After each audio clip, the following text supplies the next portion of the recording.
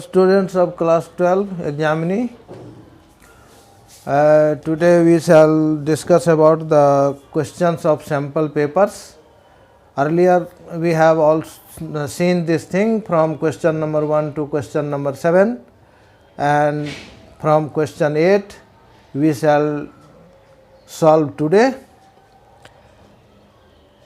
पहले हम लोग इस बात की चर्चा फिर से कर लेते हैं कि क्वेश्चन किस तरह से पूछा गया है। आप ये देखिए, कैलकुलस जो सेकेंड पार्ट है यानी इंटीग्रल और डिफरेंशियल से 2 नंबर का 2 क्वेश्चन, 3 नंबर का 2 क्वेश्चन और 4 नंबर का 2 क्वेश्चन, यानी कुल मिलाकर 18 मार्क्स, यानी 6 क्वेश्चन आपको पूछा गया है इंटीग्रल कैलकुलस से और डिफरेंशियल इक्वेशन जो कैलकुलस ही कह सकते हैं। तो इससे कुल मिलाकर के 6 क्वेश्चन पूछा है, सभी मार्क्स में, 2 मार्क्स में, 3 मार्क्स में और 4 मार्क्स में। तो टोटल 18 मार्क्स हो गया। वेक्टर से आपको एक क्वेश्चन 2 मार्क्स का, एक क्वेश्चन 3 मार्क्स का, यानी कि सिर्फ 2 ही क्वेश्चन पूछा गया है और टोटल 5 मार्क्स हो गया। ठीक है। 3D से एक क्वेश्चन तीनों सेक्शन से पूछा गया है, यानी A section, B section, C section. तो इस तरह से आपको हो गया 3 क्वेश्चंस और कुल मार्क्स हो गए 4, 3, 7, 2, 9, यानी 9 मार्क्स का क्वेश्चन आपको 3D से आया है। और अगर इस तरह से कहें तो वेक्टर प्लस 3D से 14 मार्क्स का क्वेश्चन आया है। और प्रोबेबिलिटी से 2 नंबर का 2 क्वेश्चन और 4 नंबर का 1 क्वेश्चन। ठीक है।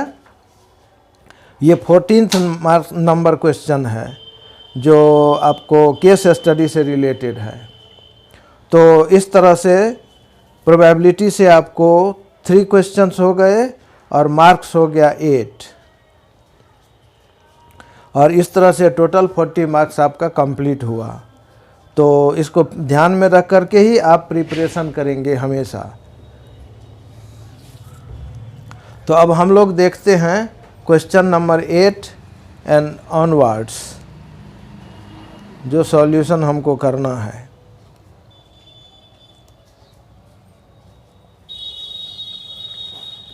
क्वेश्चन नंबर 8 का जो क्वेश्चन है वो है find the general solution of the following differential equation. Question number 8, find the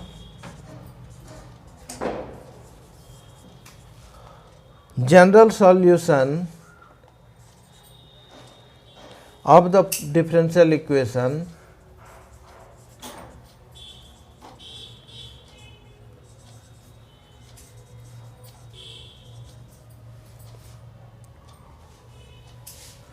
x dy by dx is equal to y minus x sine y by x। ठीक है। तो इसको हम लोग लिखते हैं, यहाँ सॉल्यूशन करते हैं। सॉल्यूशन में देखिए, फिर से क्वेश्चन एक बार रिपीट करते हैं। x dy by d x is equal to y minus x sine y by x. इस x से इसको डिवाइड कर देते हैं थ्रू आउट। तो यहाँ हो गया dy by d x is equal to y by x, और इसके साथ ये x कैंसिल हो जाएगा साइन y बाई एक्स। यह क्वेश्चन आपको है f(y बाई एक्स) के फॉर्म पर, यानी 1 डिग्री ऊपर 1 डिग्री नीचे, यानी होमोजीनियस फंक्शन है। This is the question of homogeneous function. तो जब फंक्शन होमोजीनियस हो तो हम लोग क्या करते हैं कि y इक्वल टू, चूँकि यहाँ dy बाई डी एक्स है इसीलिए y को मानते हैं vx। सपोज, यानी let y equal to vx, this implies dy by d x is equal to v plus x dv by d x. तो इसमें इसको हम इक्वेशन नंबर अगर 1 मान लेते हैं तो इक्वेशन 1 में dy बाई डी एक्स का वैल्यू पुट करेंगे तो लिखते हैं therefore 1 can be written as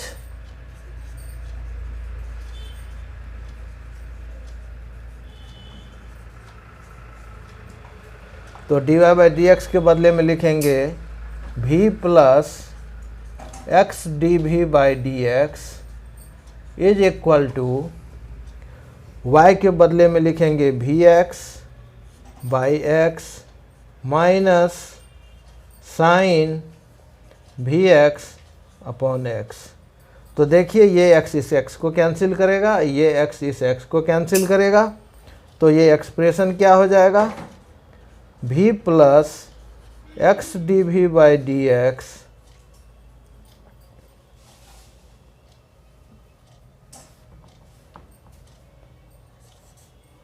is equal to v minus sine v। अब देखिए ये भी और ये भी कैंसिल हो जाएगा, तो क्या जो एक्सप्रेशन रिड्यूस हो जाएगा वह हो जाएगा x d v by d x is equal to minus sine v। ठीक है, तो डी वी के तरफ साइन भी होना चाहिए और डी एक्स और एक्स एक तरफ होना चाहिए। तो इसके लिए हम लोग ये लिखते हैं d v by sine v is equal to minus d x by x. ठीक है, तो इस d v by d sine v, अब यहाँ पर इसका मतलब इंटीग्रेट करना है तो इंटीग्रल का साइन लगा देते हैं। ठीक है, और यहाँ हम सॉल्व करते हैं। देखिए तो हम 1 बाय साइन भी को क्या लिखेंगे cosec v d v equal to minus sine d x by x. तो cos x का इंटीग्रल क्या होता है log cos x cot x। ठीक है, तो दिस इम्प्लाइज ये हो गया log of at the base of e mod of cosec v minus cot v is equal to minus log at the base of e x। और जब ये भी लॉग में है ये भी लॉग में है तो हम लोग कांस्टेंट भी लॉग में ही ले लेते हैं, तो प्लस हो गया लॉग ई के बेस पर c। ठीक है, कांस्टेंट चूँकि कुछ भी ले सकते हैं इसीलिए अपनी सुविधा के अनुसार ही हम लोग लें, तो चूँकि लॉग रिमूव करना आसान हो जाएगा।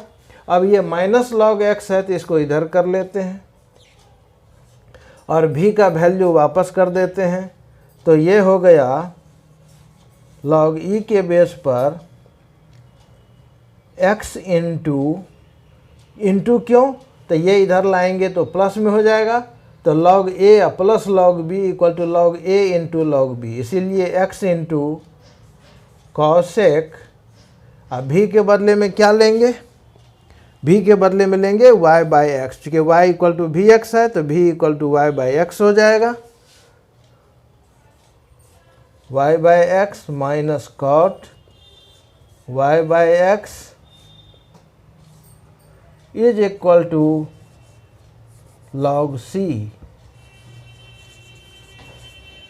अब टोटल से log रिमूव कर दीजिए तो आंसर हो गया x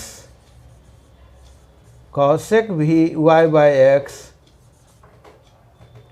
minus cot y by x is equal to c। यही हमारा सॉल्यूशन हुआ। ठीक है, नेक्स्ट क्वेश्चन हम लोग देखते हैं। एक बार मैं आपके सामने क्वेश्चन रख दूं।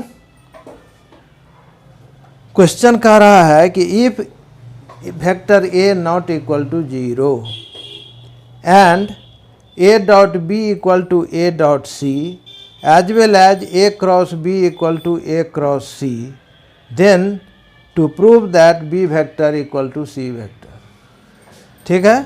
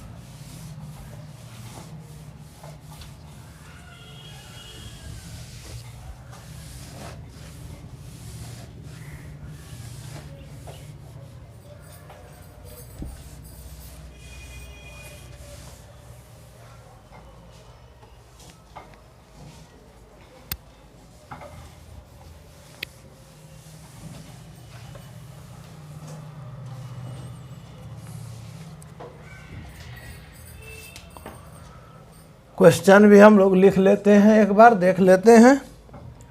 If a vector given not equal to 0 and a vector dot B vector is equal to a vector dot c vector and a vector cross b vector is equal to a vector cross c vector, then show that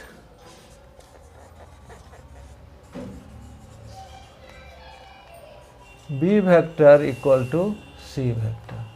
दिखाना है कि b vector और c vector equal है। अब देखिए solution में क्या given है कि ए वेक्टर 0 है ही नहीं, ठीक है। और क्या दिया हुआ है, A vector dot B vector equal to A vector dot C vector. तो एक तरफ करने पर ये क्या हो जाएगा, A vector dot B vector minus A vector dot C vector is equal to 0। This implies a vector dot b vector minus c vector is equal to 0। अब हम लोग ये जानते हैं जब दो वेक्टर का डॉट प्रोडक्ट 0 हो तो या तो दोनों एक दूसरे पर परपेंडिकुलर होगा या कोई एक 0 होगा, या तो ये 0 हो या ये 0 हो। तो अब तो ये तो गिवन है कि a नॉट इक्वल टू 0 है। तो जब a नॉट इक्वल टू 0 है तो a vector dot b minus C vector 0 में, तो इसका मतलब b माइनस सी या तो 0 होगा या b माइनस सी डॉट ये b माइनस सी इस पर परपेंडिकुलर होगा। यानी a vector dot b vector का जो डेफिनीशन है कि ए बी कॉस थीटा, तो ये भी तो a 0 नहीं हो b 0 नहीं हो तो कॉस थीटा 0 होगा, और कॉस थीटा 0 होगा तो इसका मतलब कि थीटा 90 होगा, तभी कॉस थीटा 0 हो सकता है। तो इसीलिए यहाँ लिखेंगे कि since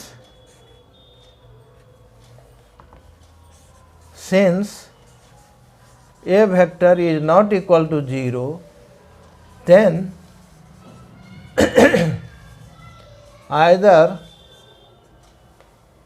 b vector minus c vector is equal to 0 और b vector minus c vector is perpendicular to A vector. ये इस कंडीशन से आया। अब नेक्स्ट कंडीशन यहाँ है, इसको भी लेकर चलें, चूँकि ये गिवन कंडीशन है तो लेके चलना ही होगा। A vector cross B vector equal to A vector cross C vector. तो this implies A vector cross B vector minus A vector cross C vector equal to 0 vector. This implies, अब A vector को common ले लिया जाए तो A vector cross B vector minus C vector equal to 0 vector. अब A vector तो 0 है नहीं, b माइनस सी 0 है, ठीक है। तो b माइनस सी 0 है, तो ऐसे कंडीशन में ये कंडीशन हो सकता है कि या तो b माइनस सी 0 हो जाए या b माइनस सी और a एक दूसरे के पैरेलल हो जाए। तो लिखते हैं फिर यहाँ, since a vector not equal to 0 then either b vector minus c vector equal to 0 or b vector minus c vector is parallel to a vector, a vector के पैरेलल है। अब हमको यहाँ से कंपेयर कीजिए कि b माइनस सी 0 हो और b माइनस सी 0 हो। एक कंडीशन ये दोनों सेम मैच करता है, और यहाँ से एक कंडीशन कह रहा है कि b माइनस सी ए पर परपेंडिकुलर है, दूसरा कंडीशन यहाँ कह रहा है कि b माइनस सी ए के पैरेलल है। तो ये तो कंट्रोवर्शियल है, कोई लाइन पैरेलल होगा तो परपेंडिकुलर नहीं हो सकता अब परपेंडिकुलर होगा तो पैरेलल नहीं हो सकता। तो इसका मतलब कि ये जो सेकेंड कंडीशन यहाँ बन रहा है और यहाँ बन रहा है, ये कंडीशन होल्ड नहीं करेगा, तो सिर्फ b minus c equal to 0 होगा। On comparison the both condition, on comparing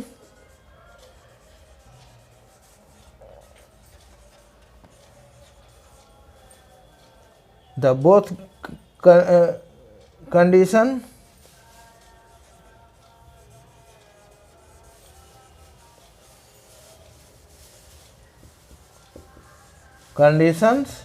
we can easily say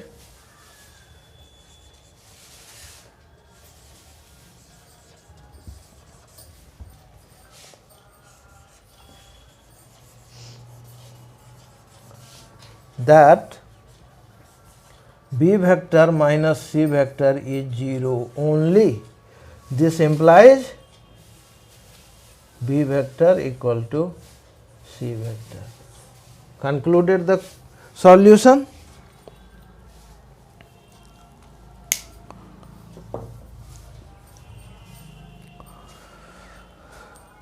Next question number 10, that is from the 3D. Find the shortest distance between following lines. R vector equal to I vector plus j vector minus k vector plus s multiply with the scalar s and with the product of with 2i plus j plus k vector, and r vector equal to I plus j plus 2k plus lambda 4i plus 2j plus 2k vector. ठीक है, तो shortest distance हमको निकालना है between the two lines.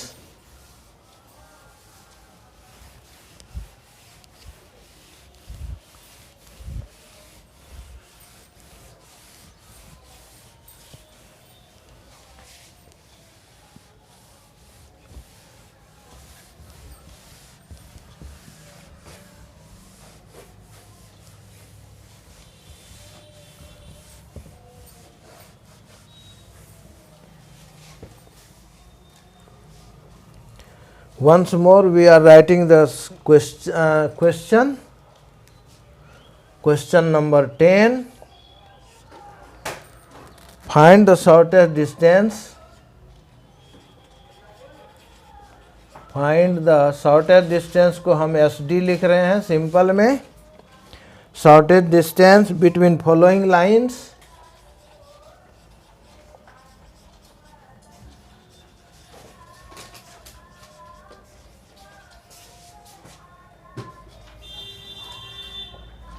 Between following lines, r vector equal to I plus j minus k vector plus s 2i plus j plus k vector, and r vector equal to I plus j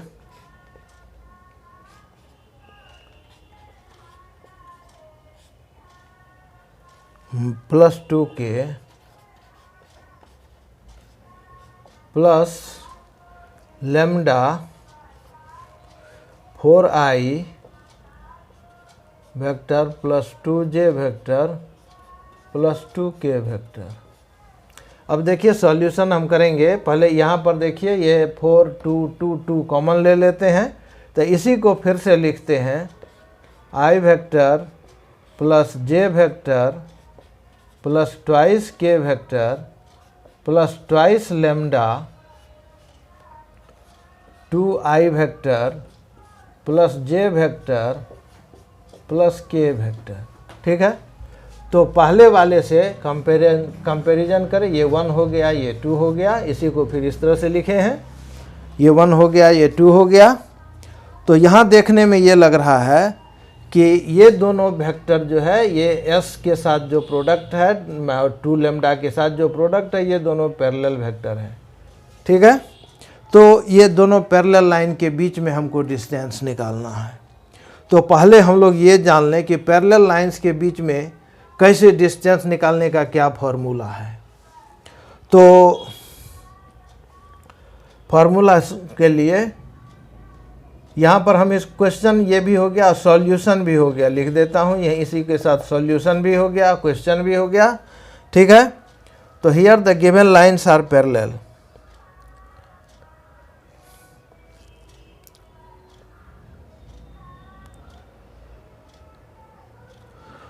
Distance between two parallel lines, since distance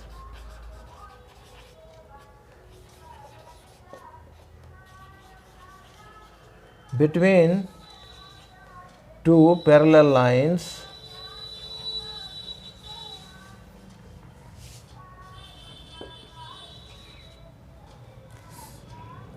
r vector equal to a plus a1 vector plus alpha b vector and r vector equal to a2 plus beta b vector, ठीक है। यानी ये दोनों समान होना चाहिए, जैसे यहाँ पर है ये और ये समान है, ये दोनों डिफरेंट है, यहाँ पर भी ये दोनों डिफरेंट है। तो क्वेश्चन का डी कितना होगा, डी इक्वल टू होता है b vector cross a2 minus a1 vector whole divided by mod of b vector आइए मॉडुलस, ठीक है। ये फार्मूला हो गया। अगर ये दो वेक्टर इस तरह से दिया हुआ हो, a1 a2 डिफरेंट है और a b और b पैरेलल वेक्टर्स है, तो दोनों के बीच का डिस्टेंस का फार्मूला ये हो गया, ठीक है। अब इसी तरह से हम लोग यहाँ a वेक्टर ये, a1 वेक्टर ये हो गया, a2 वेक्टर ये हो गया, अब b वेक्टर ये हो गया, दोनों में समान हो गया, b वेक्टर समान हो गया, ठीक है। तो यहाँ वैल्यू पुट करते हैं। किसी a2 वेक्टर ले लेते हैं इसको i प्लस जे माइ plus 2k, i plus j plus 2k, ठीक है। और a1 vector equal to i plus जे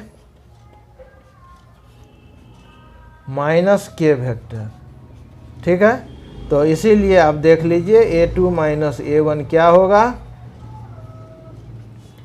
तो इसमें से इसको माइनस करेंगे, ये कैंसिल हो जाएगा, ये कैंसिल हो जाएगा, ये माइनस प्लस में कन्वर्ट हो जाएगा, तो ये हो जाएगा थ्राइस k वेक्टर, ठीक है। तो बी वेक्टर तो हमारा ये है ही, तो एक यहाँ मॉडुलस ऑफ बी वेक्टर निकालते हैं। ये क्या हो जाएगा, root over 2 square plus 1 square plus 1 square, तो 2 स्क्वायर हो गया 4 plus 1 equal to root over 6, ठीक है। ये रूट 6 हो गया मॉड बी। अब हमको निकालना है बी क्रॉस, अब हमको इवेल्युएट करना है b cross a2 vector minus a1 vector, और वेक्टर का क्रॉस प्रोडक्ट जो लेते हैं तो डिटर्मिनेंट लेते हैं i j k, और b वेक्टर कितना है 2 1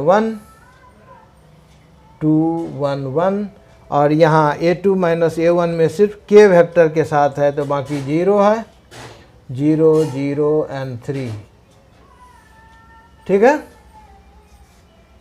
तो इसको अगर हम एक्सपैंड करते हैं तो आंसर हमारा आता है, इसको जब एक्सपैंड करेंगे डिटर्मिनेंट को, तो आंसर आएगा हमारा 3i vector minus 6j vector, ठीक है।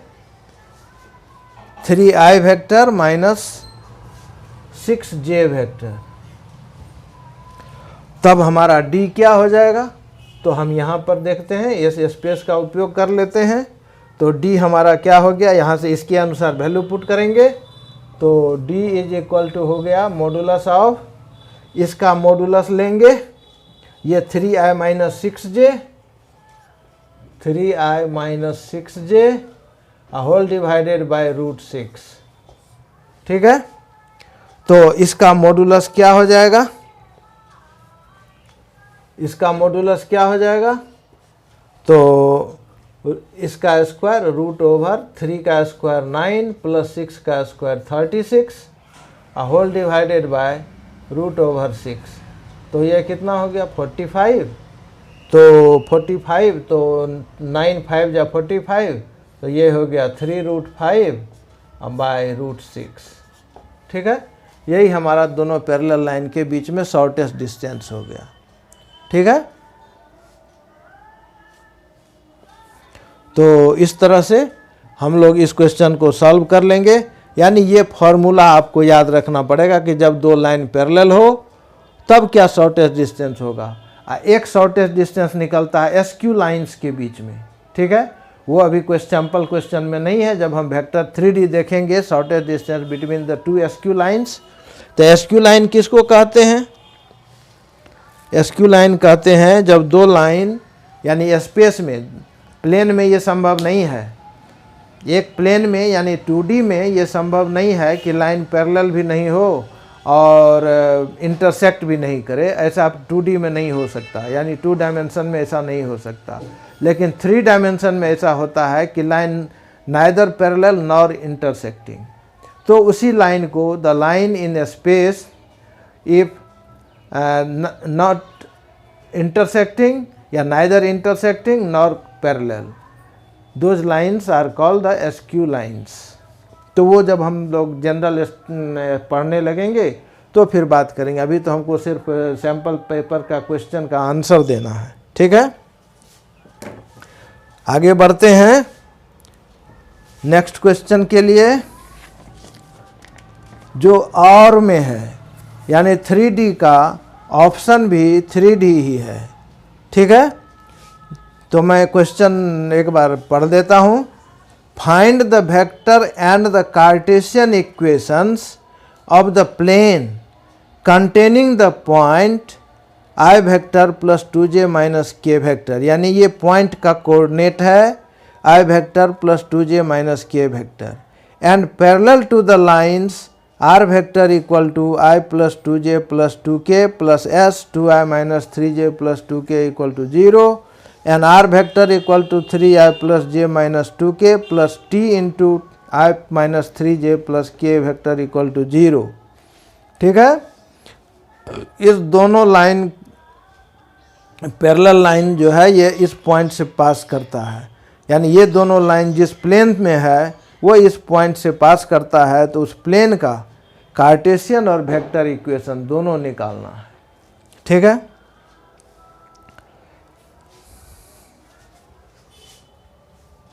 पहले हम क्वेश्चन लिख लेंगे, उसके बाद सॉल्यूशन देते हैं।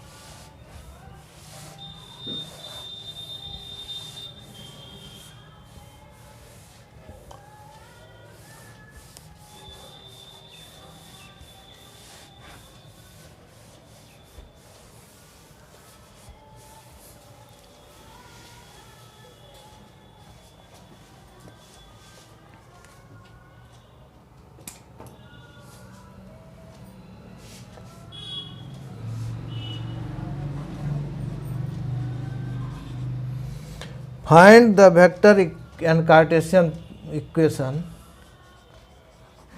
Find the vector and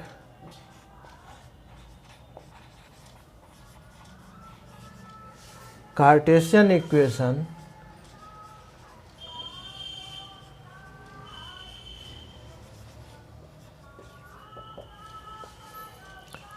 of the plane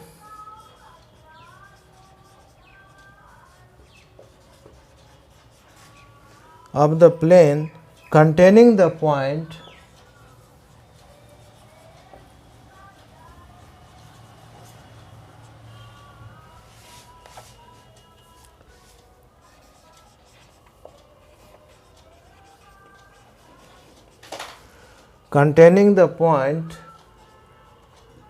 I vector plus twice j vector minus k vector and parallel to the lines and parallel to the lines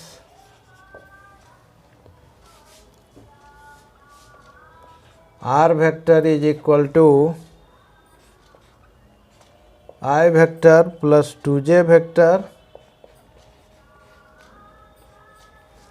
plus 2k vector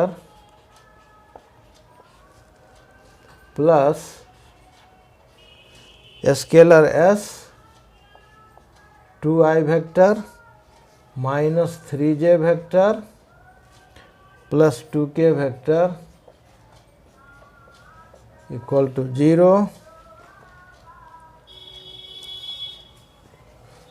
and also r vector equal to 3i plus j minus 2k plus t scalar I vector minus 3j vector plus k vector equal to 0. Solution.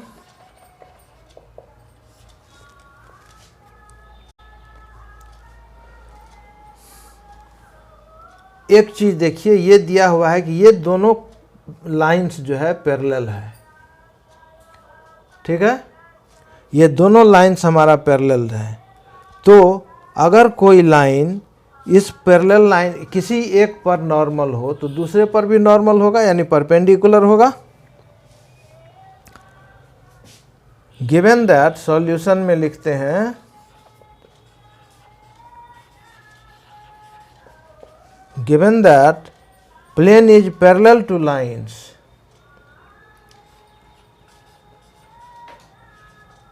plane is parallel to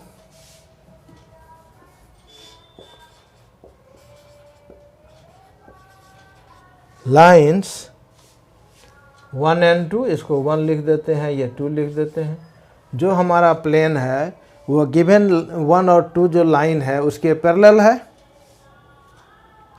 और एक point जो ये point है हमारा i plus 2j minus के, इसको contain करता है, ठीक है।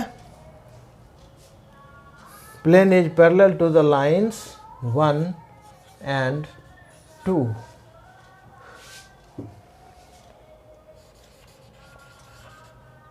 Thus normal will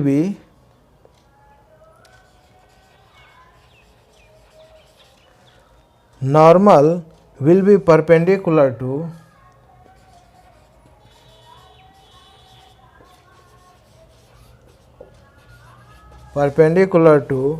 both these parallel vectors,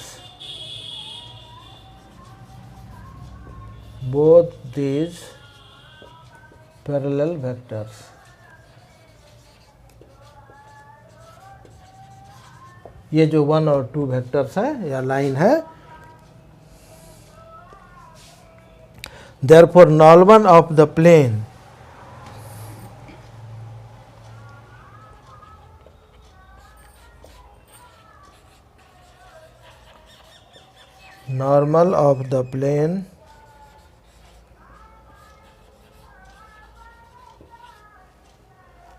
is equal to 2i minus 3j, यानी ये दोनों लेंगे, ये और ये, 2i minus 3j plus 2k cross i vector minus 3j vector plus k vector.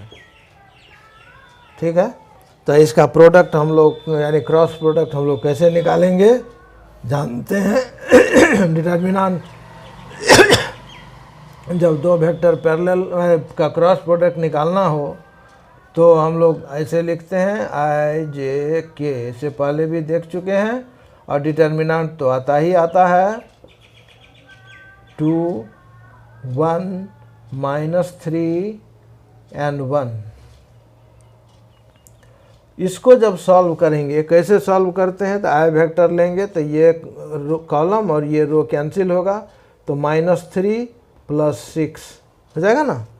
तो -3 + 6 तो 3i वेक्टर। ठीक है, और जे वेक्टर में ये कैंसिल हो जाएगा, ये रो और ये कॉलम कैंसिल हो जाएगा, तो 2 और -2 तो 0 हो गया। तो जे के लिए कुछ नहीं लिखेंगे। अब के लिए कौन सा साइन होगा, तो पहले तो साइन प्लस होता ही है, के वेक्टर। अब इसका ये रो कैंसिल होगा और ये कॉलम कैंसिल होगा, तो -6 और +3, तो -6 + 3 तो -3k हो जाएगा। तो यहाँ मैं लिख देता हूँ -3k वेक्टर। ठीक है, अब हम लोग ये देखते हैं जो फार्मूला पर आधारित होगा। ऊपर क्वेश्चन हम रब करते हैं।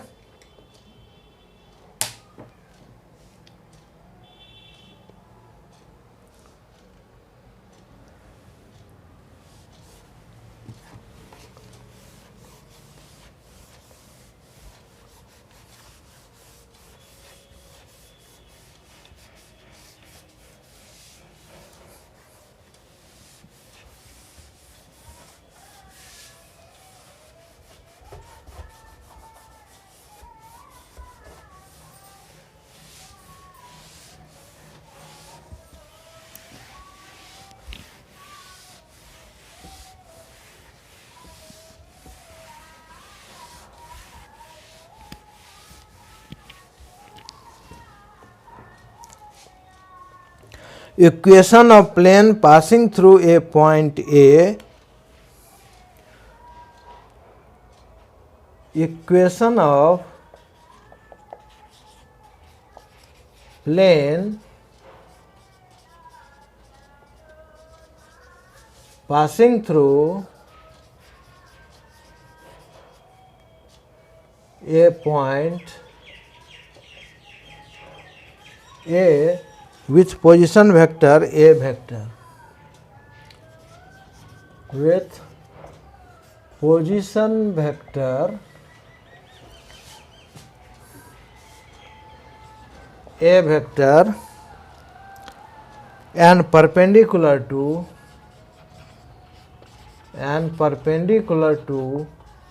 n vector is r vector minus a vector dot n vector equal to 0। ये हो गया इक्वेशन ऑफ द प्लेन जो किसी पॉइंट ए को कंटेन करता हो, जिसका पोजीशन वेक्टर ए वेक्टर है और उस पर कोई परपेंडिकुलर वेक्टर एन वेक्टर है, तो r - a dot n equal to 0। ठीक है, ये फॉर्मूला हुआ।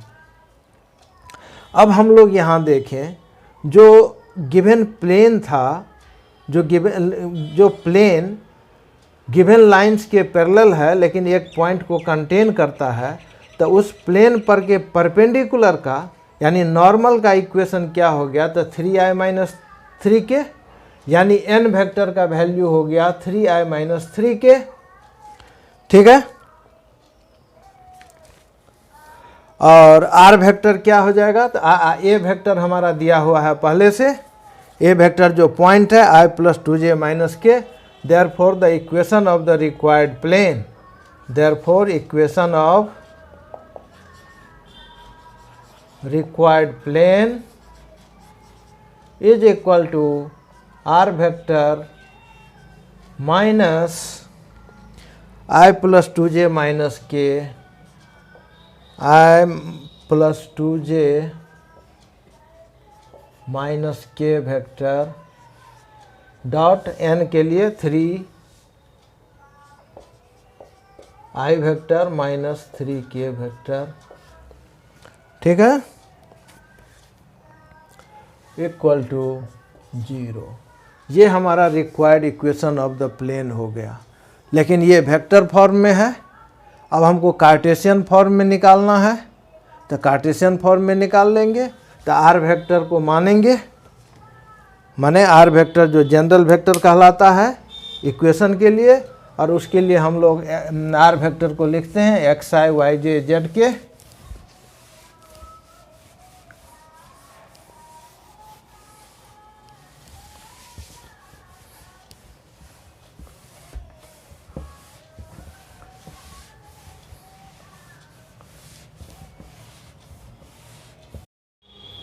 तो अभी हम लोग देखें कि equation of the required plane क्या हो गया, r vector minus i plus 2j minus k dot 3i minus 3k equal to 0। अब क्वेश्चन में ये कह रहा है कि कार्टेशियन भी चाहिए, तो ये एक पार्ट हुआ, दूसरा पार्ट तो शेष रह गया। तो हम इस आर वेक्टर को क्या लेंगे, कार्टेशियन फॉर्म में निकालने के लिए वेक्टर ख़त्म करना होगा। तो पहले आर वेक्टर को जनरल वेक्टर होता है, तो एक्स आई लिखेंगे plus y j plus z k minus i vector plus 2j vector minus k vector, ठीक है। इसके साथ डॉट है 3i माइनस 3k वेक्टर, तो ये इतना इक्वल टू 0। लेकिन हम चाहें यहाँ तो वाई वेक्टर नहीं है, यानी जे वेक्टर नहीं है, तो थोड़ी देर के लिए हम 0 के साथ जे वेक्टर डाल सकते हैं। तो इसको मिटा के हम फिर से लिख देते हैं ताकि हमको प्रोडक्ट निकालने में आसानी हो। तो प्लस 0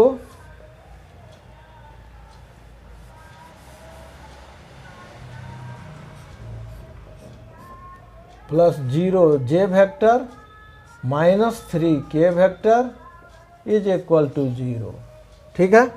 तो अब ये इसको सिंप्लीफाई करेंगे। यहाँ i का कोफिशिएंट 1 है, यहाँ i का कोफिशिएंट x है, तो ये हो गया हमारा x minus 1 i vector, j के साथ डॉट प्रोडक्ट लेंगे, अरे इसके साथ एडजस्ट करेंगे तो माइनस 2 हो जाएगा, तो प्लस हो जाएगा y माइनस 2 j वेक्टर और plus z plus 1 k vector, ठीक है। माइनस माइनस प्लस हो जाएगा, तो z प्लस 1 के वेक्टर, इसके साथ डॉट प्रोडक्ट हो गया 3i plus 0j minus 3k is equal to 0। तो अब इसका डॉट प्रोडक्ट निकाल लेते हैं। हम लोग जानते हैं i dot i1 y j dot j1 k dot k 1 होता है, और i dot j 0 j dot k 0 k dot i 0 होता है। इसीलिए सिंपली इसको मल्टीप्लाई कर देंगे 3 इंटू एक्स माइनस 1 और y माइनस 2 को 0 से, plus 0 into y minus 2 plus ये माइनस है वहाँ पर, तो minus 3 z plus 1 is equal to 0। तो अब सॉल्व करेंगे तो thrice x minus 3 minus thrice z minus 3 is equal to 0। तो this implies thrice x minus thrice z minus 6 equal to 0। 3 से सबको डिवाइड कर दें तो x minus z minus 3 minus 2 is equal to 0। ये हमारा, आप ऐसे भी लिख सकते हैं x minus z equal to 2, चाहे x minus z minus 2 equal to 0। यही हमारा required equation of the given plane in Cartesian form हो गया, ठीक है। इसके बाद हम लोगों का एक नेक्स्ट क्वेश्चन है जो इंटीग्रल से, डिफिनिट इंटीग्रल से, इसको भी सॉल्व कर लेते हैं। तो डिफिनिट इंटीग्रल को में थोड़ा सा मॉडुलस दिया हुआ है, तो मॉडुलस के लिए हम लोगों को थोड़ी कठिनाई तो उठानी पड़ेगी, यानी कि कहाँ वह नेगेटिव होगा, कैसे हर जगह उसको पॉजिटिव में कन्वर्ट करना है। तो पॉजिटिव में कन्वर्ट करने के लिए तो पहले नंबर लाइन पर देखना पड़ेगा कहाँ पॉजिटिव है कहाँ नेगेटिव है।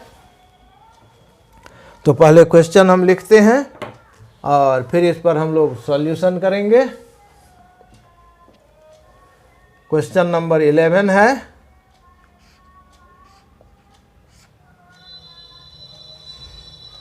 -1 से 2 तक जाना है। Mod of x³ minus thrice x square plus twice x dx। ठीक है, तो अब हमको पहले इस इक्वेशन को सॉल्व करके x का वैल्यू निकालना पड़ेगा कि किस कंडीशन में वह कहाँ पर क्या वैल्यू है।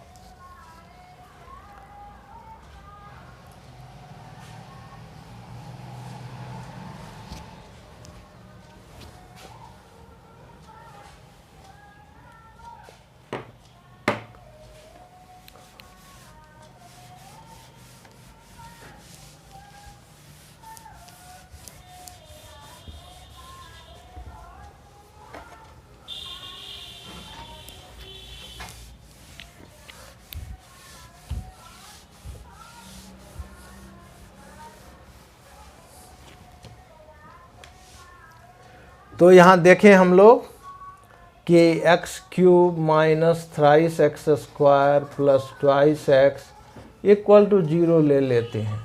अब इसको x कॉमन हो गया, सीधे देखिए x³ एक्स स्क्वायर x, तो अब यहाँ x square minus 3x plus 2 equal to 0, तो x बाहर हो गया। X square minus twice x minus x plus 2 equal to 0। X common ले लीजिए तो x माइनस 2, माइनस 1 कॉमन लीजिए तो x माइनस 2 इक्वल टू 0। तो इसका फैक्टर हो गया x into x minus 2 x minus 1 equal to 0। तो x का वैल्यू क्या हो गया 0 1 2। अब ज़रा नंबर लाइन पर विचार करते हैं। मान लीजिए ये 0 है, ये 1 है, ये 2 है, ये 0 से 2 से आगे है और ये 0 से पीछे है। ठीक है, तो 0 से पीछे हमको एक -1 दिखाना पड़ेगा क्योंकि यहाँ -1 लिया हुआ है, तो हम लोग -1 लेते हैं यहाँ। ठीक है, अब ये देखिए कि इसमें 2 से अधिक वैल्यू मान लीजिए x का कहीं पर भी, मान लीजिए इधर है तो मान लीजिए 3 ही वैल्यू है। तो 3 वैल्यू रखने से क्या होगा, ये तो पॉजिटिव हो गया, 3 माइनस 2 पॉजिटिव हो गया, 3 माइनस 1 पॉजिटिव हो गया, तो product of positive positive positive, तो ये पॉजिटिव हो गया। ठीक है, तो ये 2 से अगर अधिक है तो पॉजिटिव हो गया, लेकिन 1 और 2 के बीच में जब वैल्यू लेंगे x का तो ऑटोमेटिक ये नेगेटिव हो जाएगा, और 0 से 1 के बीच में जब लेंगे तो फिर पॉजिटिव हो जाएगा, और -1 से 0 के बीच में लेंगे तो फिर नेगेटिव हो जाएगा। ठीक है, अब क्यों होगा ये आप खुद टेबल बना करके वैल्यू कुछ भी रख लीजिए। अभी हमने 2 से x 3 वैल्यू रख करके x का वैल्यू 3 लिए और पुट किए 3 इंटू 3 माइनस 2 इंटू 3 माइनस 1, तो ये भी पॉजिटिव ये भी पॉजिटिव, और 3 तो x का वैल्यू 3 है, ये तीनों पॉजिटिव इसीलिए 0। अब अगर 1 और 2 के बीच में कोई वैल्यू ले लीजिए, अब मान लीजिए कि 1.5 लेते हैं।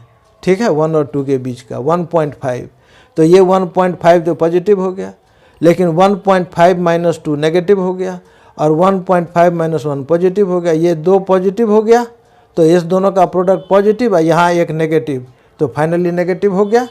तो ये 1 और 2 के बीच में नेगेटिव हो गया, और 0 और 1 के बीच में क्या होगा 0.5 मान लीजिए, 0 और 1 के बीच में 0.5 मान लीजिए, तो 0.5 यानी ये positive, 0.5 minus 2 negative, 0.5 minus 1 negative, तो ये दोनों नेगेटिव तो पॉजिटिव और ये पॉजिटिव, तो टोटल पॉजिटिव, तो ये पॉजिटिव हो गया।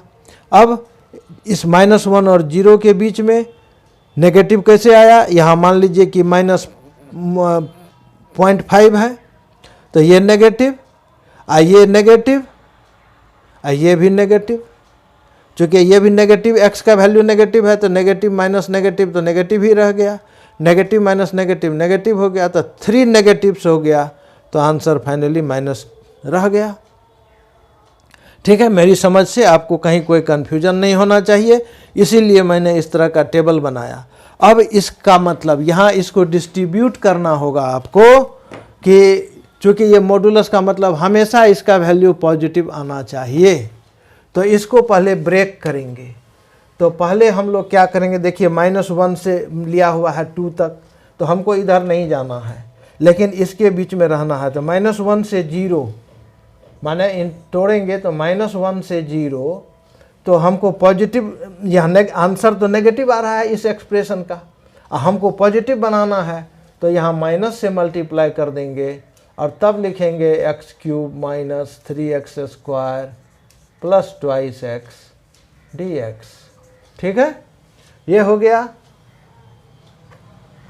इसके बाद सेकंड 0 से 1 में तो प्लस लेंगे, प्लस 0 से 1 में पॉजिटिव है ही ये, तो पॉजिटिव को पॉजिटिव बनाने के लिए कुछ तो करना नहीं है, तो x³ - 3x² + 2x dx।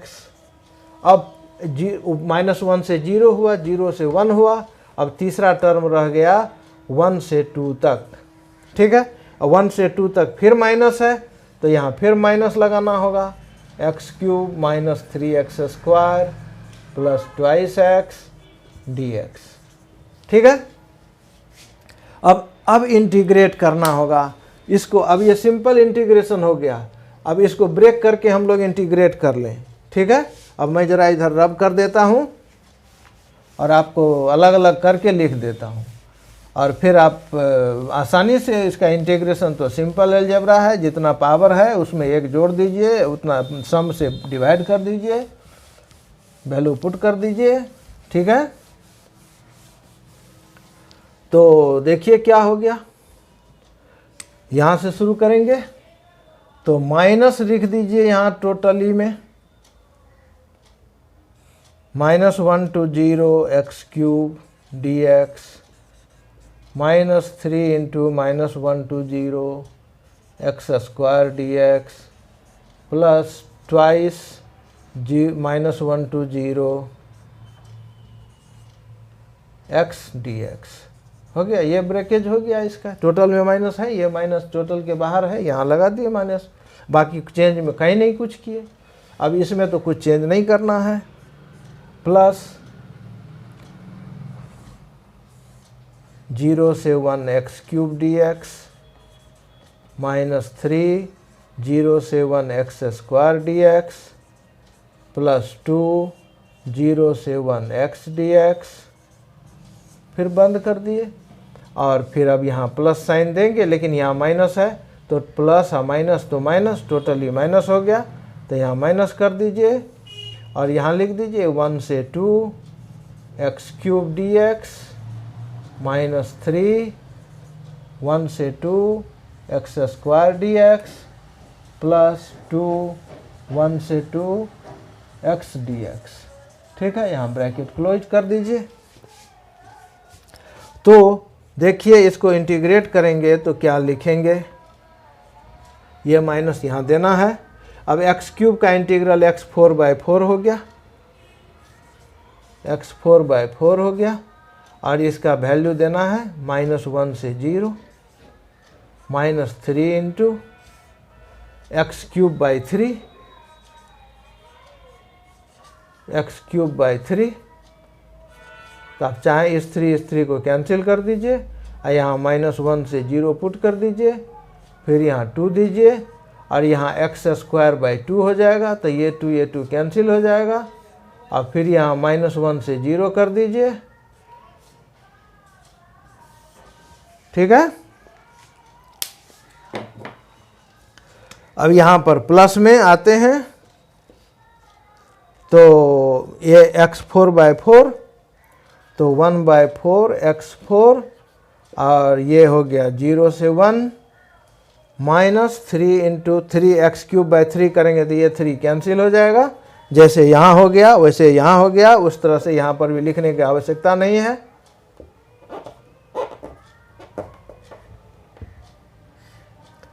तो एक्स क्यूब 0 से 1 प्लस एक्स स्क्वायर 0 से 1 माइनस, अब इसको लिखेंगे फिर एक्स क्यूब एक्स 4/4, तो 1/4 एक्स 4 1 से 2 माइनस माइनस प्लस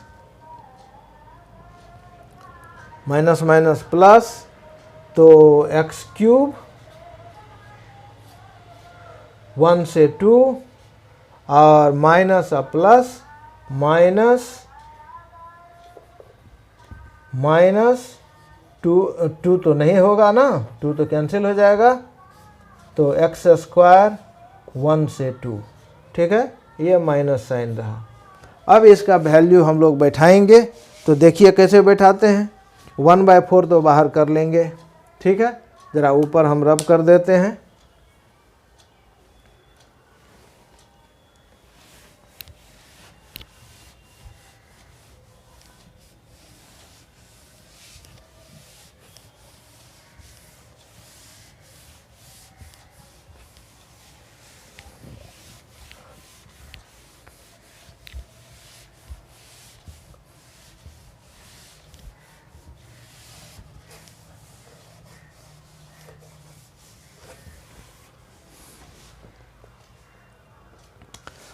तो यहाँ -1/4, और लिमिट कैसे बैठाते हैं, 0 पर 4 पावर तो 0 हो जाएगा, अब -1 पर 4 पावर तो 0 माइनस 1 पर 4 पावर, ठीक है।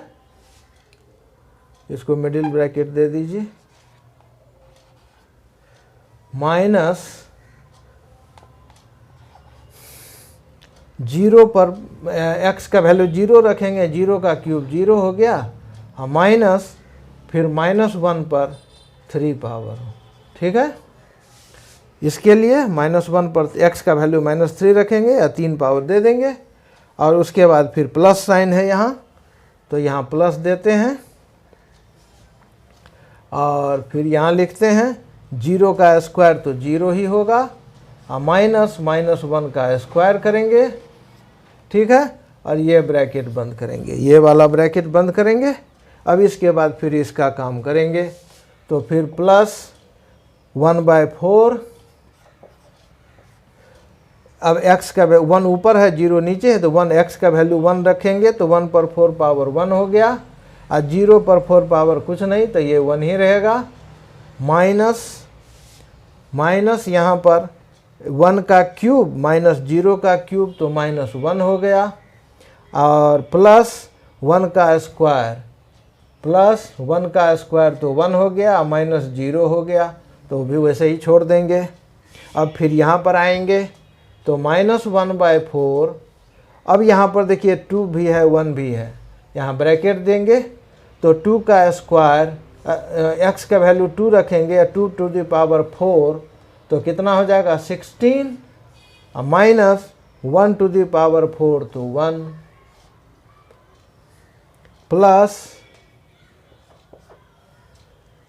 2 का क्यूब तो 8, माइनस 1 का क्यूब तो 1, माइनस 2 का स्क्वायर तो 4 - 1 हो गया। अब इसको सॉल्व कर दीजिएगा अपने से, तो आंसर आ जाएगा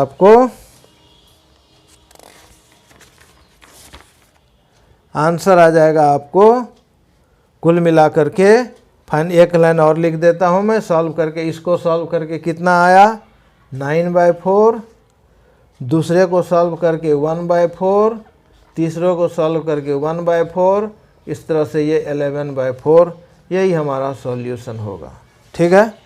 अब नेक्स्ट क्वेश्चन जो बच गया, 3 क्वेश्चंस थोड़ा लंबा है और थोड़ा समझाते हैं, तो नेक्स्ट पीरियड में हम लोग देखेंगे कि इसको कैसे सॉल्व किया जाए। आज के लिए बस इतना ही, ओके, थैंक यू।